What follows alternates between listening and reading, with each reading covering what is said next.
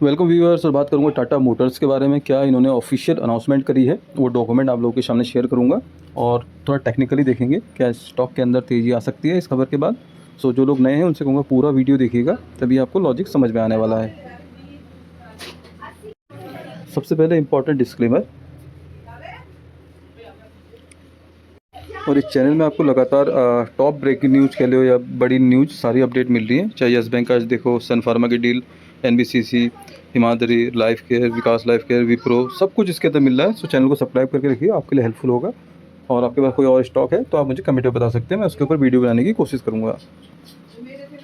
No doubt stock के अंदर बहुत हलचल लग रही है। सेलिंग प्रेशर भी देखने को मिला लास्ट ट्रेडिंग सेशन के अंदर, और जो ग्लोबल सेंटीमेंट है वो भी अनक्लियर है। मीन्स कभी भी पॉजिटिव और न्यूज़ और नेगेटिव न्यूज़ दोनों आने की प्रॉबिलिटी ज़्यादा लग रही है। बस देखते हैं फाइनली क्या होता है यूएस ईरान वाले में। जो भी आएगा कुछ फाइनल वो देखते हैं। मंडे या ट्यूसडे ऑनवर्ड्स हमें मार्केट में देखने को रिएक्शन मिलेगा। और टाटा मोटर्स के अंदर पर्टिकुलरली हमें लास्ट सेशन में गिरावट देखने को मिली थी, पर हो सकता है, जो मुझे लगता है as per the chart, technical analysis की बात कर रहा हूँ मैं, मुझे लगता है कि इस वीक में जो कमिंग वीक शुरू हो रहा है उसमें हमें इसके अंदर एक तेज़ी देखने को मिल सकती है।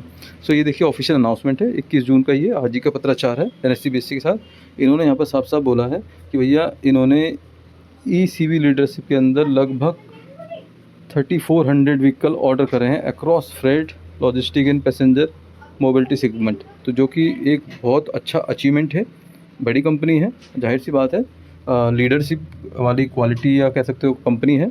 और ये जो अनाउंसमेंट आया है वो पर्टिकुलर बिजनेस से रिलेटेड है, ना ही कोई हवाबाजी हम ऐसा वैसा कुछ। ये सीधे सीधे बिजनेस को बताता है कि भैया बिजनेस इनका ग्रो कर रहा है या ग्रो करने वाला है, या आने वाले जो ऑर्डर हैं वो इस लेवल क्या हैं। जाहिर सी बात है ये सब चीज़ों से बैलेंस शीट और प्रॉफिट एंड लॉस स्टेटमेंट जो है वो स्ट्रॉन्ग होगी आने वाले क्वार्टर्स की। तो जाहिर सी बात है अगर बैलेंस शीट और profit and loss statement, cash flow वगैरह सब पॉजिटिव में जाता है, अच्छा प्रॉफिट जनरेट करते हैं, तो नो डाउट स्टॉक की प्राइस को बढ़ना ही पड़ेगा। ठीक है, तो ये एकदम पॉजिटिव खबर है, इसको मान के चलिए आप।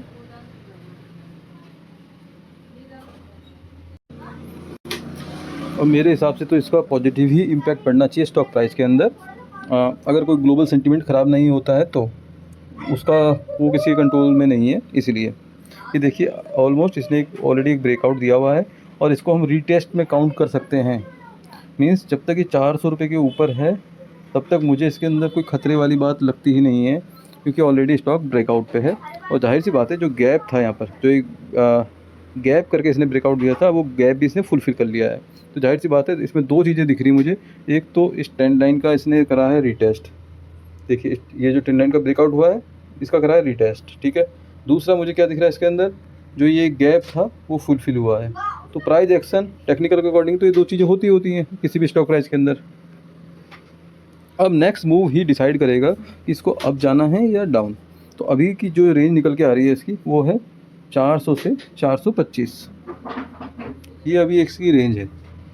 और ब्रेकआउट पे स्टॉक है तो हम प्रॉबिलिटी जो बनाएंगे वो अपसाइड की ही बनाएंगे इंस्टेड ऑफ डाउन साइड। तो जब तक ये 400 रुपये के ऊपर क्लोजिंग कर रहा है तब तक अपसाइड का टारगेट इसके अंदर ओपन है। और मुझे जो टारगेट लगता है वो सीधे 500 रुपये का लगता है इसके अंदर। अब वो वीक में आए, 2 महीने में आए या 3 महीने में आए, जो भी है वो सब कुछ समीकरण मैच भी करने चाहिए। मतलब ग्लोबल सेंटीमेंट भी थोड़ा सा पॉजिटिव जाएंगे, तो मुझे 500 से पहले ये रुकने वाला नहीं लगता है। तो आप लोगों की क्या राय है, आप लोग कमेंट में बताना। बाकी जो भी कुछ होगा मैं आपको अपडेट करता रहूँगा। तो बात समझ में आए तो वीडियो को लाइक, चैनल को सब्सक्राइब जरूर करिएगा। Thank you very much.